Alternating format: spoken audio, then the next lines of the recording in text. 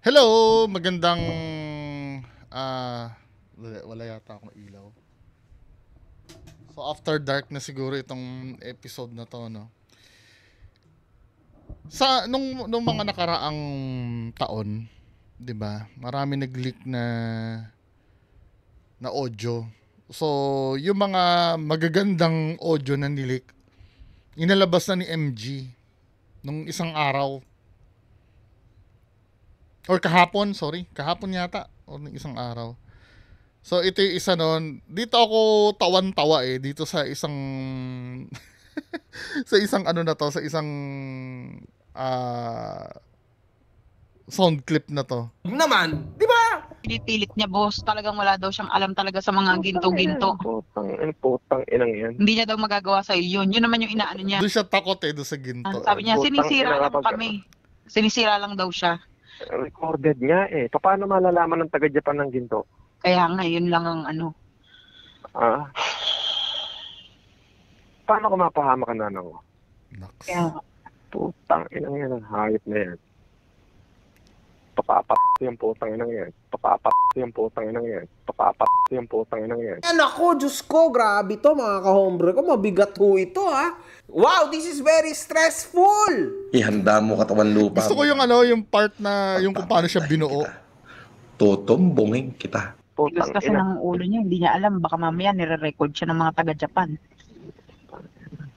Ng mga nakakausap niya. Ng putang inang yan. Alam mo, wala ako ni isang dugo niyan. Kaya So sinasabi niya dito wala siyang dugo, no. Dito na siya magkikwento nung ano, ng mga fantasy niya. Nanay niya ang nagsilang sa akin, Yama. Mm. Pero kahit yung ina na nagsilang sa akin, wala akong dugo nun. Wala, paano nangyari yun, men? Siyempre, kahit papaano yung blood supply ni Nanang Remy, yung ano, yung blood supply ni Nanang Remy yung nagbigay sa'yo ng buhay. Ano ba yan? Baka mamaya magpa-DNA. Meron mga nagsasabi, no, DNA lang yan, DNA lang yan. Ang DNA po kasi, kailangan ng ano yun eh. Kailangan ng, alam ko na, nung during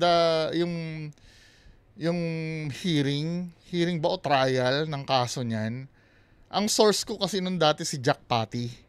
Si Jack Patty yung source ko noon. Nahiling na ng korte yan, yung DNA na yan. Kaya lang syempre, yung DNA kasi na, hindi mo pwede kasing ipuwersa yan sa pagkakaalam ko kasi medical procedure yan eh. Correct me if I'm wrong ha, yung mga nakakaalam, hindi yata pwede ipuwersa yan. Ayaw ko kung may court order pero i-propose na daw yan eh. Yung DNA na yan eh. Mas lalo na ngayon na yung sa social media lang. Sa tingin mo ba papayag yan na magpa-DNA? Di ba? Tsaka kailangan pa ba natin pumunta ng DNA para patunayan na yan ay hindi Marcos? Alam mo ba yun? Yes, boss. Naiintindihan ko. Paano? Sige, paano nangyari yun? Dahil, Sinilang ako ni Nanang Remy, pero wala akong dugo niya. Paano nangyari yun? kasi nga, pinaampon ka doon. Baby ka pa lang. Siya nga ang nagsilang sa akin. Ipinanganak niya ako. Gulo no? Pinanganak ka niya pero wala kang dugo. Yes, wala akong dugo niya. Paano nangyari yun, boss? Yun. Paano nangyari yun, boss? Paano nangyari yun? Magkaparoon kayo ng ina, tapos hindi kayo magkadugo. Anong klase hong utak yan, mga ka-hombre ko? Malamang parehas kayo ng ina, 50-50 kayo. Kahit nga parehas lang kayo ng ama, 50-50 pa rin kayo magkapatid. Oo, grabe naman ho yan. Bakla yan, no? Malaking kabalbalan talaga ang takbo ng utak ng tao na ito. Yung similya ng nanay ko at saka ng tatay ko, ibinaon sa kanya. So meaning, surrogation nga. Hindi siya IVF. Surrogation nga. So lumalabas dito, yung similya daw ng Takbo ng utak ng tao na ito. Yung similya ng nanay ko at saka ng tatay ko, ibinaon sa kanya. Di ba? Yung similya ng nanay niya daw at tatay niya, binaon daw sa kanya. So meaning, sino yung nanay mo? Maliban kay Nanang Remy.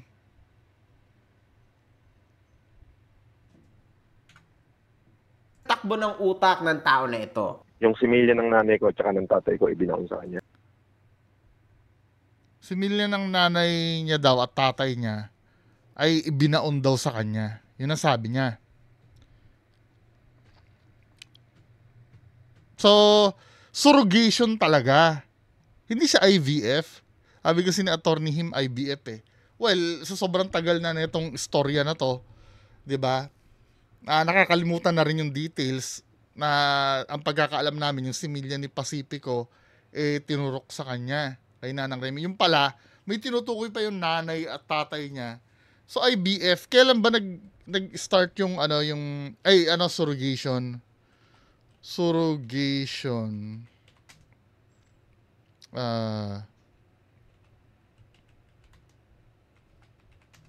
Tingnan natin ha. Anong year? Surrogacy.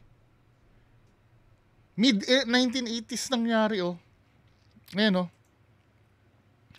Surrogacy, especially the modern gestational type using IVF, emerged in the mid-1980s.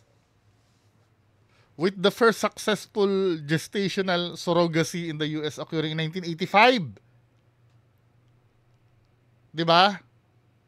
Ito yung key milestones eh. The first IVF baby, Louis Brown, is born. Precursor to modern surrogacy. So, ito yung kauna-una, 1978. Ay, 1970 si FLM, mukhang pasok ah. Pero yung nakalagay kasi dito, yung gestational surrogacy, 1985, ito yung kinikwento ni FLM. Yung first successful gestational surrogacy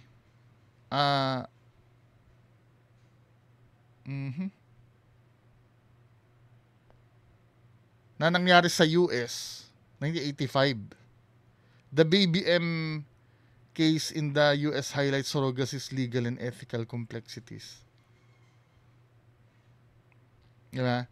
So yung pinakakauna-unahan 1985, pero ano itong na to, IVF naman ito. Pero yung gestational surrogacy using IVF, not the surrogate's egg. Yung hindi yung katulad ng kinikwento ni FLM. Wait lang ha. Yung unang IVF 1978, ito yung sperm cell na ituturok sa nanay. Ang may-ari ng egg cell ay yung tuturukan. IVF. So, 1978 nangyari yon. Kung ito ang kwento ni FLM, pasok siya dahil 1979 siya pinanganak, di ba? Eh, syempre, Marcos, mayaman yun, di ba? Baka kakayanin nila yan kung $1 million man yung yung gastos dyan. Kailangan lumipad ni Nanang Remy. Maraming factors ang pwede natin tingnan. Dahil noong 1979, sa US nangyayari, pwede, lilipad si Nanang Remy doon. May record ba ng travel si Nanang Remy sa US? Yun ang unang tatanungin. Kasi kung dito mangyayari yung surrogacy, hindi pwede mangyari dito yung surrogacy. Noong 1979, kung kailan siya pinanganak. Pero ang kwento kasi ni FLM, ito. Takbo ng utak ng Tama ha? Yung similya ng nanay ko at saka ng tatay ko, ibinaon sa kanya. Diba? Yung similya ng nanay at tatay niya ay ibinaon daw kay Nanang Remy. So, yun yung tinatawag na gestational surrogacy na nangyari lang noong 1985. Hindi pasok dun sa kung kailan siya pinanganak. Using IVF, not the surrogate's egg. Sablay itong kwento ni FLM. Di ba? Okay. Dahil hindi na pwede mga nakamami ko. Matanda na. Kumbaga, So, iba pa yung mami na tinutukoy niya. Hindi na pwede manganak ang mami ko. Matanda na. So, anong nangyari, kumuha ng sperm kay Pacifico, tapos egg cell dun sa mami niya, tapos binaon kay Nanang Remy. Anong name nung niya? Anong name nung mami niya? Yun ba yung kinikwento mo na na prinsesa ng Cordillera na si Remedios Carino Antonio? Saktong-sakto, no? Yung pinagbaunan nyo si Nanang Remy, ang pangalan Remedios Baking Antonio naman. Di ba? Galing ng pagkakataon eh. In-inject. Parang kay Labelo. Ganun. Parang kay Ganun. Labero. Pwede ba yan? Pwede yun, boss. Kay Vicky Oh! Bello, ganun yung ginawa sa Wait anak lang. niya.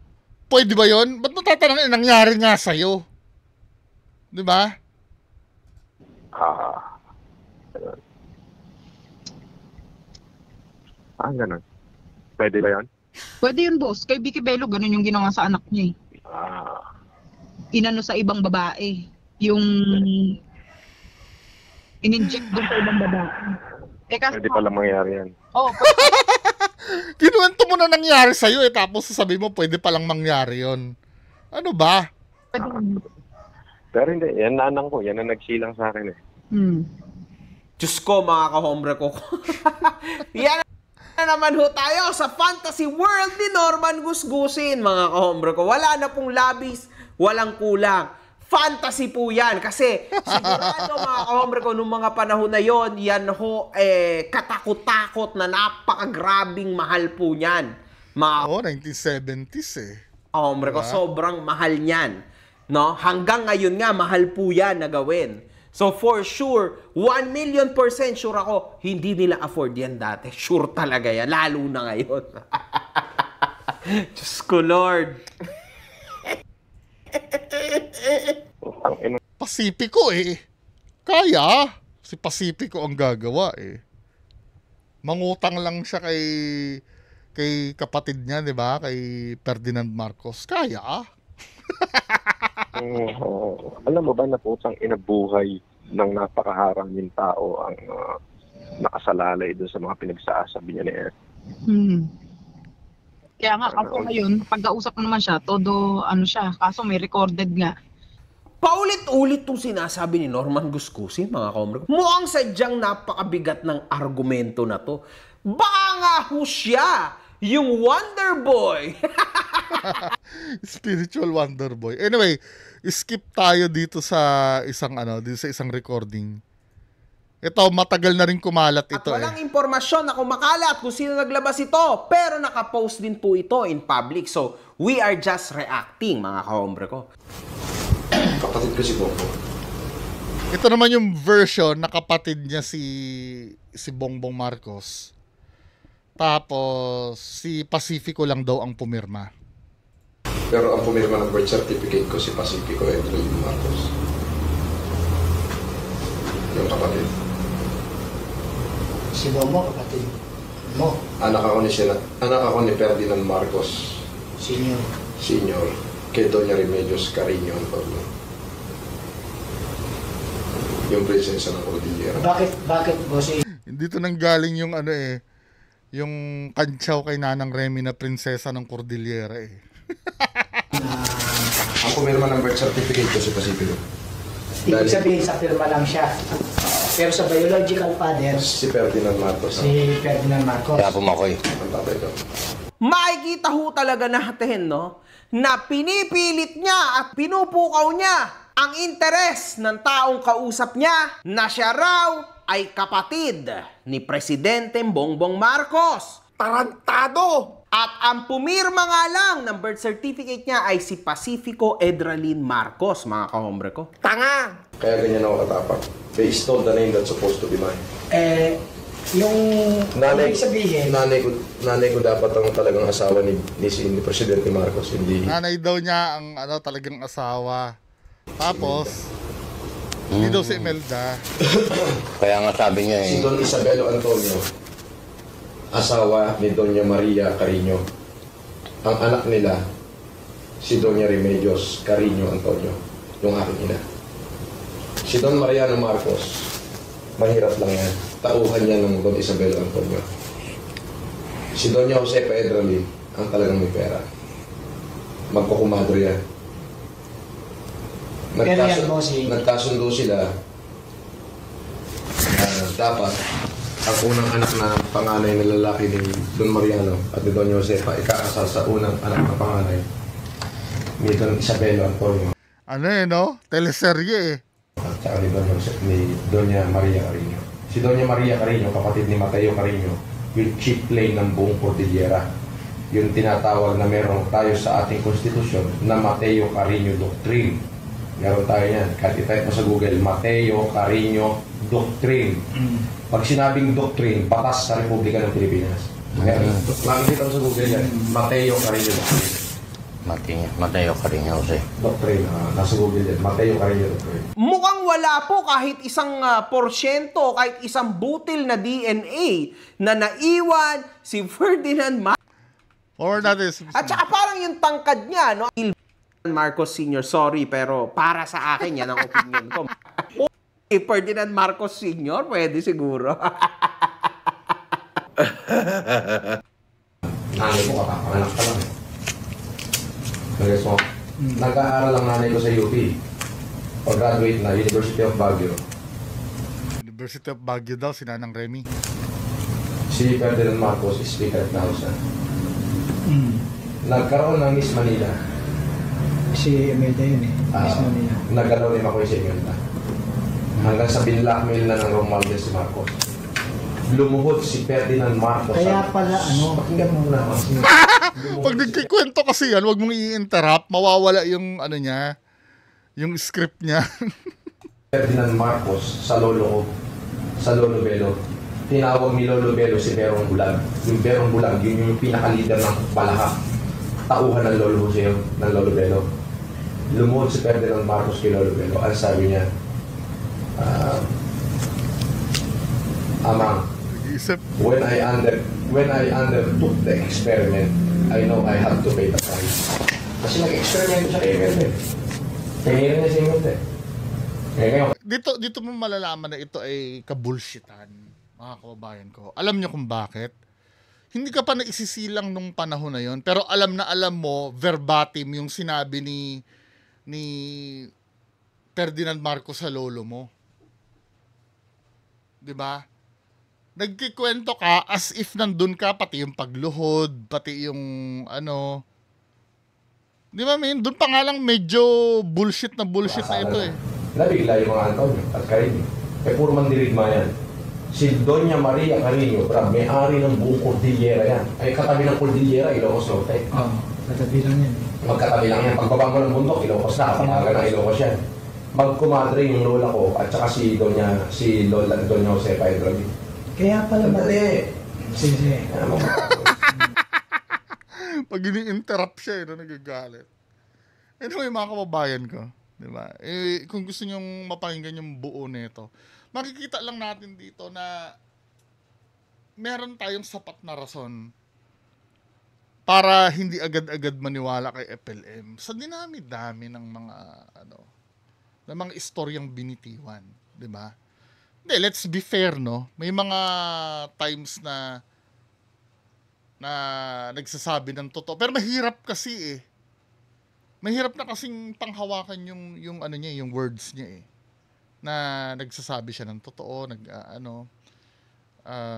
parang hindi na kasi FLM kasi synonymous na sa pagiging sinungaling yun. When you say Norman Mangusin or FLM, kahit nga i-type mo Mangusin eh, lalabas sa Google, tama ha? Mangusin. Type mo na nga lang Mangusin, synonymous na sa kanya eh. At siya pagka sinearch mo siya, ayan oh, who falsely claimed na to be a Marcos, mga ni-revoke ang lisensya, puro mga ang daming mga masasamang balita na tungkol sa kanya. 'Di ba? Synonymous na sa kanyang pagiging. Kaya pag may declaration na naman 'yan, ang hirap ng paniwalaan. Kahit sometimes katulad nun na, for example, ang perfect example niyan yung iPhone eh. Nung nagpakita yan na bumili siya ng iPhone, 'di ba lahat tayo skeptic? Hindi na natin mapaniwalaan na yung iba sinasabi, oy, totoo yung ano niya. Oo nga naman, nakikita ko, no, maliliit nga naman yung bezels, yung gilid. Pero ano dahil siya yung nagsabi, parang ikaw magkakaroon ka na ng doubt din sa sarili mo. Alam niyo ibig ko sabihin? Kaya every time na magkikwento yan, no, common sense na lang ang gagamitin natin na maaaring hindi totoo yun. Diba? Kaya naman kung gaano ka-outrageous yung mga claims niya. Yung mga, yung mga banatan niya, diba? Tignan mo kung gaano ka, ka-stupid. Yung mala teleserye na sa pelikula lang nangyayari yun Yung mga, hindi yan ang tunay kong ina. Ang tunay kong ina yung mga ganon, men. Mga pang Mara Clara style. Di ba? Mga spiritual wonder boy. Anyway, yan lang naman pag-uusapan natin ngayong madaling araw. Magandang madaling araw sa inyong lahat. Bye-bye.